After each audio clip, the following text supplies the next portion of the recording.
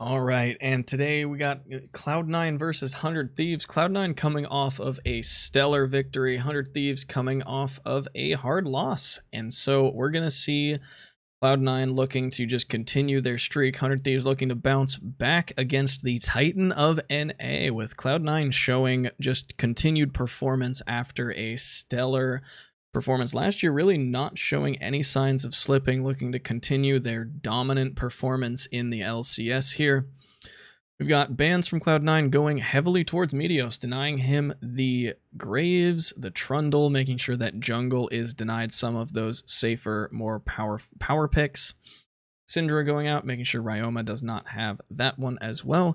We've seen Syndra banned quite a bit so far this split. I think it's just going to be one of those safe picks that can provide a lot for the team in terms of damage, CC, burst potential. So a lot of teams would rather just ban it than have to be forced to either pick it or deal with it. Got LeBlanc going out, respecting Niski's ability to play the burst champion and what Cloud9 can do to take advantage of that. Looks like they're going to lock in the Olaf for Blabber, a quick pick to make sure that he has some comfort and power in the jungle.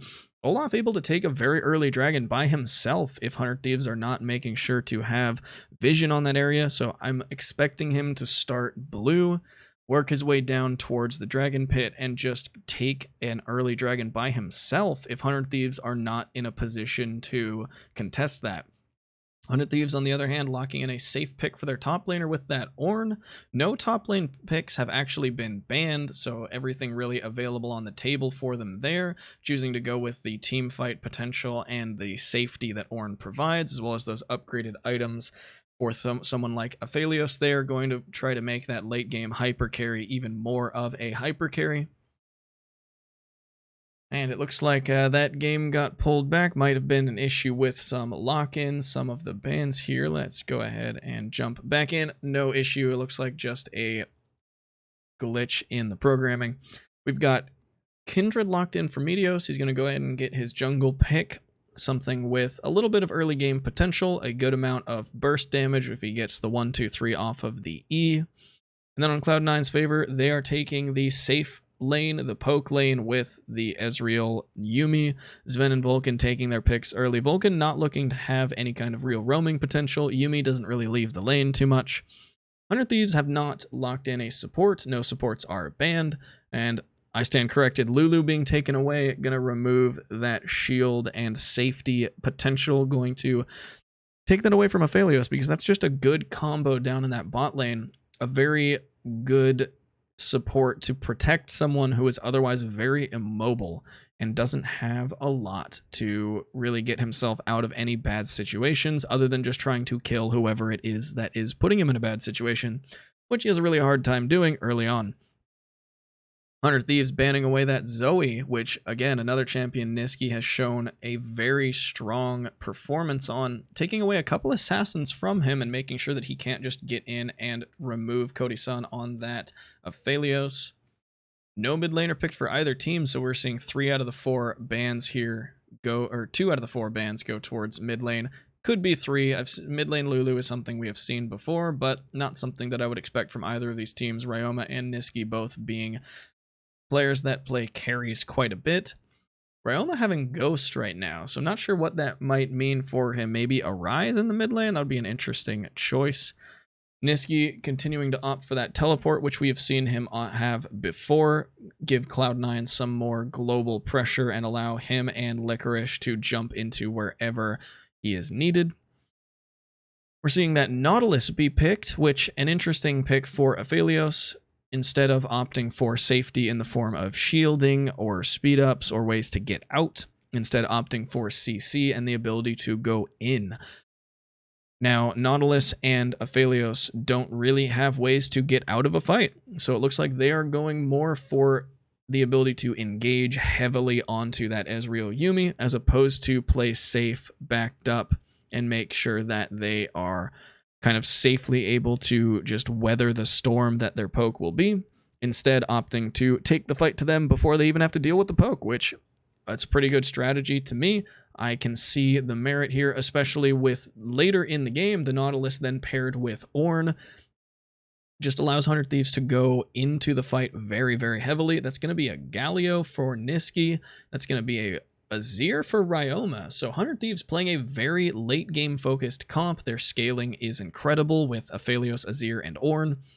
So 100 Thieves are looking to play the long game here. Cloud9 instead opting for a much more early game group here, a much more pick-oriented, poke-oriented potential with Sven being able to throw out those Qs. If Licorice can land some key barrels, that's going to really do a number to 100 Thieves. If he can get, especially once he has an item or two, a barrel chain onto Ryoma or Cody Sun, or even Meteos, that will easily drop them to half health or lower. And that's going to allow Cloud9 to go in and finish off the fight. So Cloud9's potential here is going to be able to start fights with 100 Thieves as low HP as they can manage, because they're going to have a lot of poke potential, a lot of ability to deal damage without engaging heavily. 100 Thieves, on the other hand, have the tools to really start fights on their terms. Having that Ornn Horn, having all of the power that Nautilus brings, maybe Ryoma going in for a shuffle if he can find the right opportunity to not just throw himself into the fire for it. There's a lot of consistent damage that 100 Thieves bring to the table to really take advantage of the amount of CC they have. There's a lot that 100 Thieves will be able to do, especially against the comp that Cloud9 has chosen, because Cloud9 don't want that straight up fight. They don't want a 5v5 where one team gets to engage and then the other team counter engages. Like, that doesn't play to the strategy they have drafted. So this is going to definitely be a battle of who can get the fights they want. If 100 Thieves are landing the fights, they're finding 4v4s, 5v5s. I think even 3v3s in the right situation could be played to 100 Thieves' advantage if the right members are there. If at least, I think Nautilus is going to be a very key member for 100 Thieves, because he needs to be present to provide all of that widespread CC that he can, to make sure that whoever the carry is that is in the fight is not just immediately dropped by poke, by a barrel, by, you know, Galio diving in, landing a taunt, and allowing the rest of that damage to follow up. There is a lot of potential from Cloud9 for very heavy burst damage, and 100 Thieves need to negate that with CC. That is their strategy here. I think Cloud9 is definitely going to play for objectives. They've shown very strong objective control, and they've shown the ability to ensure that they don't let the game slip away from them by giving up occasional objectives. They have a pretty tight grip on making sure they get all of them. And especially with an Olaf and a Galio, they have good objective control, but 100 Thieves have the ability to pull on these 5v5 fights, which are going to be very important when teams are kind of funneled into smaller areas around, like Dragon Pit, Baron Pit. So 100 Thieves, I think, are going to be looking for objective fights, and Cloud9 are going to have to either get picks beforehand, use vision control. They're going to want to play in a way that 100 Thieves are at a disadvantage when those objectives are happening. If 100 Thieves are in an even fight when those start, I would put the advantage onto their side, because they have the tools to make those fights go in their favor very easily, especially when people get pushed together like that. Blabber and Licorice looking to push into 100 Thieves jungle on the red side. He's going to use the sweeper spot out the ward. They're going to know they're seen. That's going to be some pings going out from 100 Thieves, but Niski is nearby, just making sure should anything happen, they have the reinforcements they need, clearing out a ward, returning to their blue side jungle. Licorice just rotating to the top as Blabber's going to start with blue. I'm expecting to see him go towards an early dragon. He's going to be starting leashless, so he might have a little bit of trouble with health, but 100 Thieves going to make sure that Meteos has a very clean take on this blue buff. He's going to take it with very little damage taken. And as a whole, we're seeing a pretty standard start here. No real crazy shenanigans, no team invading beyond that little ward check. I think we might have seen them try and take the red buff from 100 Thieves had they not been spotted out by a ward. Niski looking to place a deep ward here, knowing that Meteos will be in that red side soon. Ryoma doing a bunch of poke damage with a couple soldiers there, putting Niski to about half HP.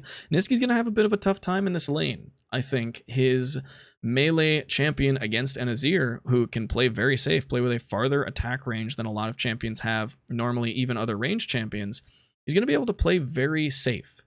Now, while Niski does have a very strong engage potential, without the ability to actually, have more follow-up damage. I don't think he's going to really have much of a threat of actual kill pressure. Licorice and Someday duking it out up here, but Someday dealing a lot of damage, forcing the flash out of Licorice as he gets away with under 100 HP.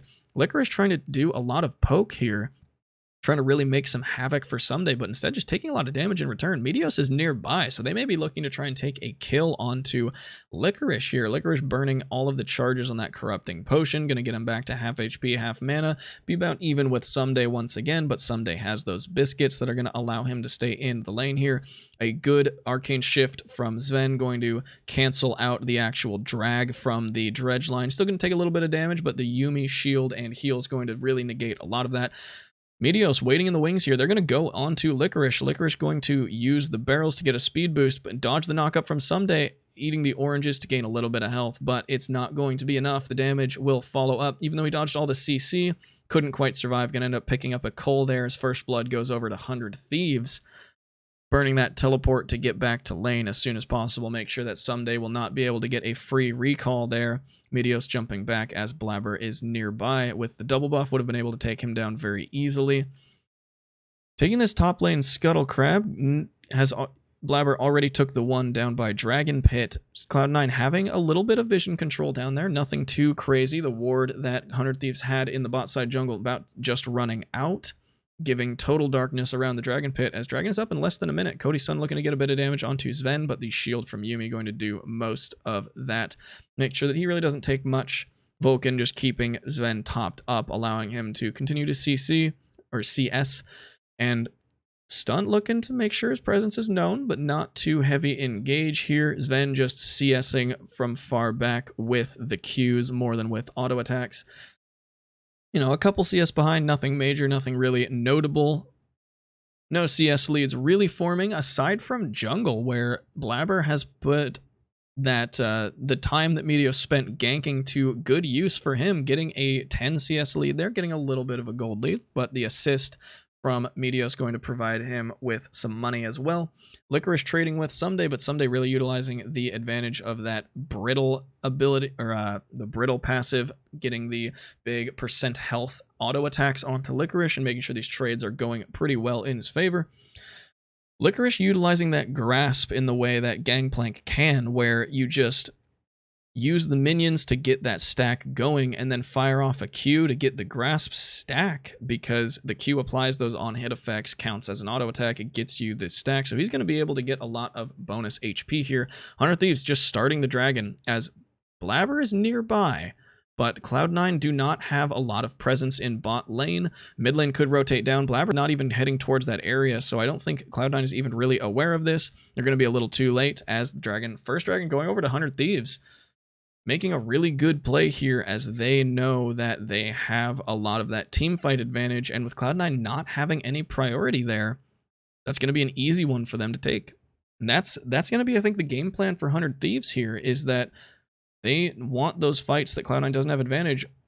Someday doing a lot to Licorice here, utilizing that Ornhorn, making sure that he can really make this trade in his favor. Licorice looking to return fire here, deal decent amount of damage in return, almost get forced back. His flash is still down, but ultimate's up for Licorice. Someday having just burned the Ornhorn in that skirmish.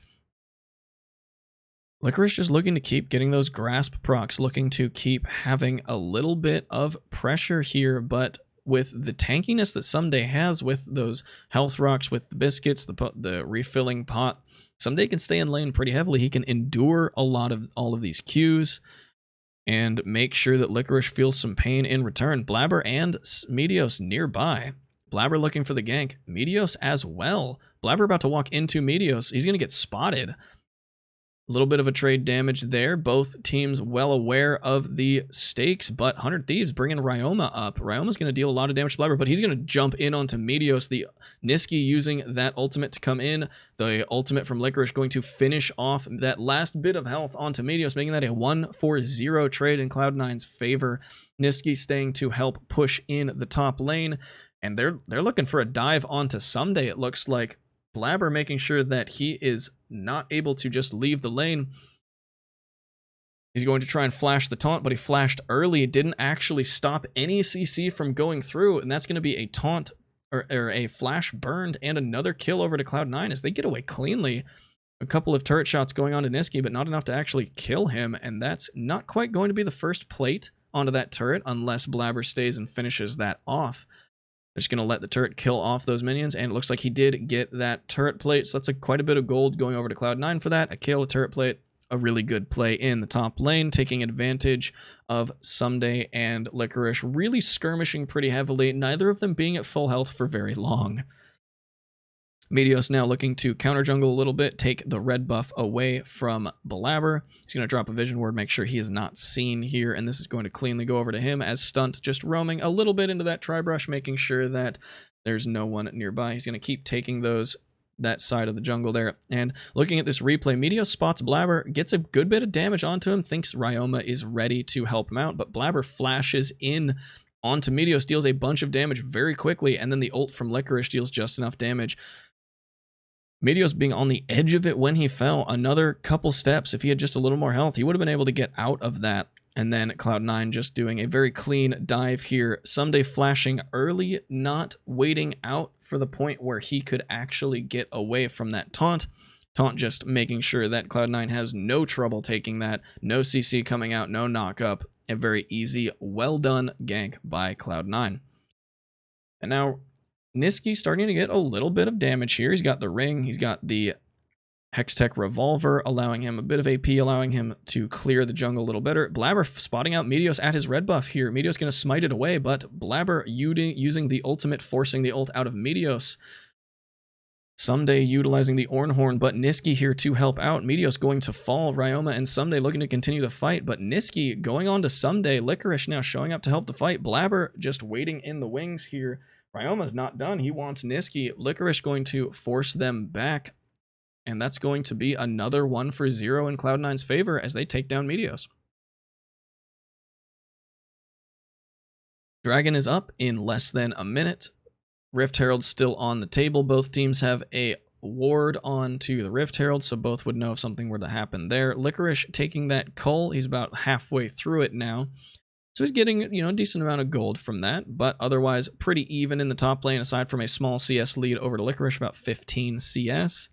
Otherwise, the only real CS lead being in the mid lane with Ryoma utilizing that range advantage to make sure he has that 10 CS lead, but the 2 kills and an assist on Niski going to ensure that he is not poor either. Ryoma taking that first turret plate as he bullies Niski under the tower, trying to make sure that Niski is having a hard time in this lane regardless, but Niski having that stopwatch should things get a little hairy, makes a dive little questionable, something that I don't see Ryoma going for very soon. Meteos taking that Scuttle Crab, Blabber being nearby as this dragon is up. Vision starting to be a bit of a war here as Cloud9 putting a little more effort into clearing out the 100 Thieves Vision. Stunt going in onto Blabber, but Sven and Vulcan are nearby. Vulcan jumping over onto Blabber, and he's going to fire off that ult as Stunt goes down. Meteos shortly to follow. Cody Sun not actually joining in this fight soon enough, but he's going to take down Blabber with the ultimate, take a bunch of damage in return, dodge out Sven's ultimate. The Ignite is taking, but it's not going to be enough as Ryoma jumps over the wall to safety into that bot lane. And that's going to be 1-for-2 in Cloud9's favor, taking down Stunt and Meteos, stopping the dragon, getting to clear vision, Ryoma being nearby and preventing Cloud9 from really doing much with it, them not being able to actually take down Cody Sun in spite of taking him very low. But with Cody Sun taking Blabber down, Cloud9 was not able to turn around and turn that fight into a dragon. So all in all, not a horrible fight. Went into Cloud9's favor a little bit, but I think starting the dragon was a mistake for 100 Thieves, trying to really force that when they didn't have a lot of information. And now they're back, starting it again. I don't think this is a great call. Cloud9 is ready to capitalize on this. They're taking a bunch of damage, and they essentially just leashed the dragon for them at this rate. Stunt going to be nearby. Meteos falling back into his jungle. Yeah, 100 Thieves. Meteos being a little too eager to try and start that dragon, just leashing it for Cloud9, making that a very easy take. So Stunt going in onto Blabber here, but Blabber pops the ultimate, makes all of that CC chain from Stunt so much less effective with the Yuumi heal on top of his own lifesteal, and the Yuumi popping the ult, forcing Ryoma back, because if Ryoma stepped too far forward, he would just get rooted and blown up by Blabber, and then the damage Niski provided onto Cody Sun, almost finishing him off on top of the Ignite. Cody Sun just sidestepping that Ezreal ult, making sure that he would live, but not able to actually continue the fight, forced to recall. Cloud9 not able to take the dragon because of a very well done kill onto Blabber by Cody Sun, stopping that from being worse than it was. Now down in the bot lane, the 2v2 just kind of continuing to trade some light damage. The CS lead going pretty heavily into Sven's favor now. He's got 25 CS up on Cody Sun. That one kill in Cody Sun's favor, probably evening out their gold lead pretty well. Meteos taking this Rift Herald now that there is no vision from Cloud9 here.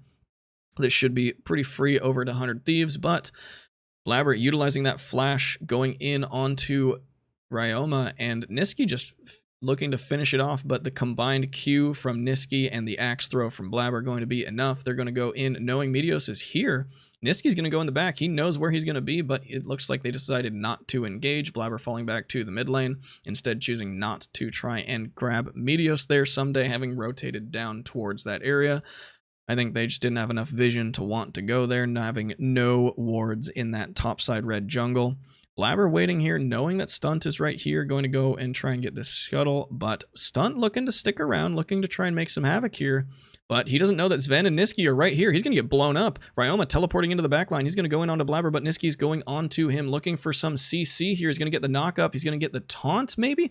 Looks like that's still on cooldown, but the damage is there. Looks like, and he's going to use the taunt. He's going to get the auto. He's going to have to force into stasis. Sven flashing forward to get that Q, make sure to save Niski and get the kill. That was really well done by Cloud9. Niski might have overextended a little, but Sven was there to make sure that it wasn't actually punished. And that was just a good fight from Cloud9. Stunt overextending a lot. Stunt trying to make sure that his presence is known when he has no one to follow up on him, and Cloud9 have been able to take advantage of that a couple times now. Stunt needs to dial it back a little bit and make sure that when he is trying to utilize that pressure, that CC, that 100 Thieves are in a position to follow up, because otherwise his death is actually allowing Cloud9 so much more freedom in these fights. The pressure of his CC chain not existing, you know, he's used it now on Blabber, who can just use his own ult to negate all of it. He is, anytime he dredge lines Sven has used Arcane Shift to just very cleanly get away. And otherwise, he's been very overextended. He's been caught out. Stunt has not been performing very well. 400 Thieves here. Him and Meteos seems to be a little over aggressive in trying to take some of these objectives and force Cloud9's hand.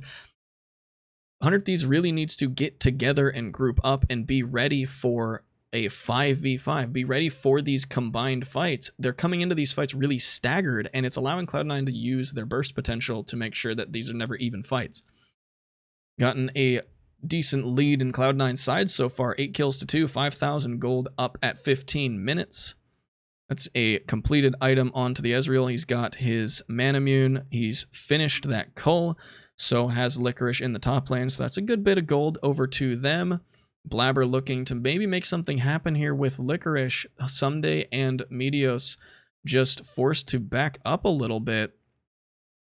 Unless Someday might be looking to go in on Licorice here, but it looks like he's just trying to force him off the tower as Meteos and Blabber have both left. But Meteos is rotating up. Someday using that Ornhorn. Licorice going to be knocked up, but Meteos not close enough to actually make that into a fight. Licorice kind of playing with fire here as he steps forward again, knowing that Meteos is right here. Meteos putting a lot of hurt onto him, taking him to half health. Licorice using that orange to get a little bit of health, popping the camping emote, making sure that Meteos knows that he has been watched this whole time. Sven continuing to push in the mid lane turret down, allowing some freedom for Cloud9 onto the map, making sure that they can go in and out of 100 Thieves jungle on both sides very easily. 100 Thieves going to use that Eye of the Rift Herald to push top lane. It's going to be a barrel drop by Licorice, just doing some damage, but then he's just going to fall back and make sure that they will take that turret cleanly, and Licorice will not die for it. That's going to be Niski taking a return turret in the bot lane. The Rift Herald going to be dealing some damage to this second tier turret. It looks like Someday forcing Licorice back. That's going to be another charge. It's going to take the turret to just under half HP before Licorice finishes it off. 2 charges on a Rift Herald is always a good value. Just getting that single turret makes it worth it. Getting more damage is always even better. Meteos taking advantage of the pressure they have up here to clear some jungle camps, but in exchange, Cloud9 taking that second Drake of the game, and that's going to start pushing more objectives in their favor. They now have Mountain and Infernal, allowing them a little bit more siege potential with their poke doing more damage and their champs just all doing more damage to towers. In exchange for 100 Thieves Cloud Drake, which has just allowed them to move around the map more easily, which they have used to their credit a little bit, allowing them for some of these ganks where Meteos just plays around top lane. But other than top lane, they haven't actually been able to use it to much advantage. Haven't really had people in positions to begin with, let alone actually being in position early enough to make a fight happen. Stunt almost getting caught out by Blabber. Meteos just finishing his recall, not stopping to help him at all. And it looks like Blabber and the ultimate from Vulcan on top of the ultimate from Licorice, he's just not willing to give this one up. That combined with the damage from Sven, they're going to finish him off. Meteos, I'm not sure why he just finished his recall instead of stopping there. They might have been able to stop and turn around.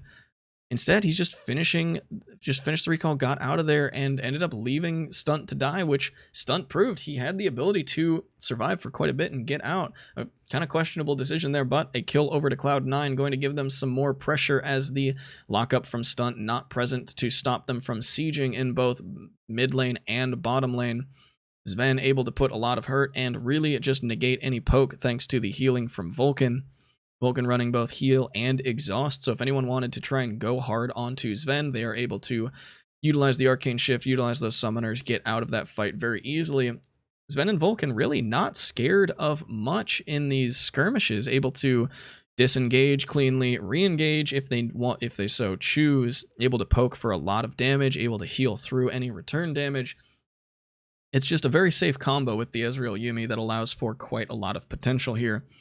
Ryoma has been farming well, got himself a 10 CS lead, but the kills are much more in Niski's favor, 206 to the 021. Niski now at 2 completed items and boots and a full stack ring against Ryoma, who only has a single completed item, doesn't even have his boots finished. The CS not really being enough here. It looks like he was considering finishing a recall, probably going to shop, finish another item. Cloud9 going to take this Rift Herald while they know he is bot lane. Meteos nowhere able to contest. So that's going to be a very clean take over to Cloud9, as this dragon is still 2.5 minutes away. Meteos sitting in this bot jungle. Looks like he's going for a Kindred mark here, trying to get more of those stacks, get that range increase, the percent health damage that those marks provide. But don't know if it's really going to be enough. He's going to get that mark cleanly, but just taking this side jungle here, Niski and Ryoma are down in the bot lane with no one nearby to help, so he could look for a gank down there, but it looks like he's more interested in getting some wards, farming, and just getting out. Niski might spot him out depending on where Niski goes here. It looks like Niski's just clearing that Krug camp, but Someday forced to back here. They're not forced to back, just choosing to back, as Licorice has pushed the lane back out to mid, and Licorice has gotten there to receive it, start pushing it back in. 100 Thieves kind of pushed in all lanes at all times right now. Cloud9 making sure to keep this pressure on just stepping on the gas, making sure that 100 Thieves are feeling stressed in every regard. Cloud9 has kept the objective pressure, only letting one Drake slip through, keeping all the lanes pushed in. They've taken a Rift Herald, that one Rift Herald going over to 100 Thieves, allowing them to get that top lane turret, but they haven't really been able to do much else top lane, as Licorice is able to push it out so cleanly. And now Blabber and Niski looking to possibly catch Meteos, who jumps over the wall. Ryoma there to help make sure that they're not looking to go too hard on there. Meteos falling back. Ryoma continuing to push out that lane, clear the waves. Cloud9 looks like are trying to get some vision control around Baron now that that objective is active. Blabber dropping the eye of the Rift Herald in the bottom lane. Ryoma has fallen back. There is no member of 100 Thieves to defend this, and that's going to deal 3/4 of that in the charge. They're going to take the mid lane turret while that goes down. The Rift Herald might just finish off that turret, getting them, yep, that's going to be 2 turrets in exchange. And now in the mid lane, Cloud9 looking to push a little bit, run that Rift Herald up, and it's going to get another charge onto this base turret, take it down to nearly dead. Sven finishing it off, and Niski going in. They're going to blow up Ryoma immediately. Teleport coming in from Someday. He's going to have to charge out, not being able to use that now for CC, as Blabber going in a little hard, but not going to be able to be punished as 100 Thieves are falling back pretty heavily. Licorice making sure to zone them off of that inhibitor as they finish it off. Him and Sven, Blabber and Niski moving over to the mid lane, taking that turret, and that's going to be a second inhibitor falling for Cloud9 at 22 minutes. They're up at a 10,000 gold lead. The base is broken wide open. Dragon is now up. Cloud9 going to start rotating down that way. We saw pings, but instead they're shifting those pings over to Baron. They might just look to take a major objective here, just push even harder once they take that Baron and get that buff. Having two lanes now pushing in their favor automatically. Blabber's just going to go down and solo the dragon while the rest of Cloud9 looks to set up some vision control around Baron, looks to clear that area a little bit, and probably a big goal not to telegraph that they went for Dragon, allow Blabber to take this very cleanly and quietly, which he was in fact spotted out by an Oracle, both the Trinket and one of the Oracle plants, but 100 Thieves not in a position to actually contest that. He takes it cleanly, gets a third Dragon over to Cloud9. Next, Mountain Drake spawning in 4.5 minutes, going to give the Mountain Soul over to Cloud9, and that would be the third Mountain Drake for them also, which allows them a lot of siege potential. If they were to get a Baron buff, Cloud9 will take turrets incredibly quickly, and 100 Thieves, especially when Cloud9 has all of these zoning ultimates, has the turret damage potential that Ezreal does, they just won't be able to fend off a siege very well. 100 Thieves will have to choose these fights and engage as soon as they can, because Cloud9 will absolutely win any extended siege with the team comps as they are and the gold lead where it is. They're nearly at 10,000 gold now at 24 minutes, and that's going to give so much potential over to Cloud9 to allow them to take fights that aren't really in their favor as cleanly as they needed to when the game was much more even. 100 Thieves has a very good team fighting comp, but it is not going to do much for them when they're so far behind. Cloud9 can force fights, like right here, they're going to catch Meteos out and just blow him up immediately, and we're seeing pings out towards the Dragon Pit. They might just rotate down, start taking Baron Pit. They're going to just jump down and take Baron now that Meteos is dead. There's no contest on this smite, and Cloud9 has so much damage, they're going to take this very quickly. Sven firing off that ult in the backline. Niski just zoning off members of 100 Thieves while throwing some damage over the pit. Sven jumping over the wall, almost knocking down Ryoma. He's going to finish him off, and an attempted steal from Someday with the Ornhorn isn't enough damage to take it. That's going to be a smite off to Blabber. Baron buff going in.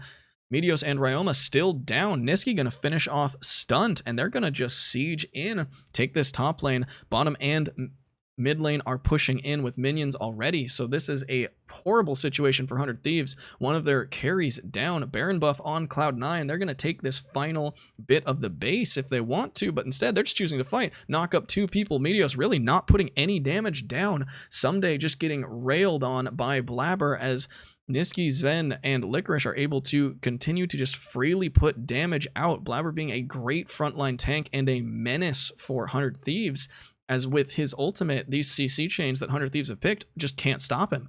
Cloud9 just ignoring that third inhibitor, letting the minions take it while they start looking towards Nexus. Both Nexus turrets down. Ryoma taking a ton of damage already. Stunt forced back. Someday at a quarter HP. Cody-san's still at full HP, but trying to take down Blabber. Not able to actually do enough. The Azir turret going up, and it's falling to minions already. They're just going to take the Nexus and ignore 100 Thieves. Cleanly finish that game. 15,000 gold up at 25 minutes. Cloud9 just showing once again a very decisive, clean style of play where whatever team they draft, they can play around that style and make sure that whatever plan the other team is rolling, in this case 100 Thieves trying to pull that 5v5 fight, they just do not have the opportunity to actually execute on it. And Cloud9 just ran that game start to finish, only giving up those initial objectives when they didn't have any significant lead yet. But once they had that lead, no fight went uncontested. No objective was handed over. Cloud9 just tightened a vice grip on that game, and once they got a hold of that win condition, they never let it go.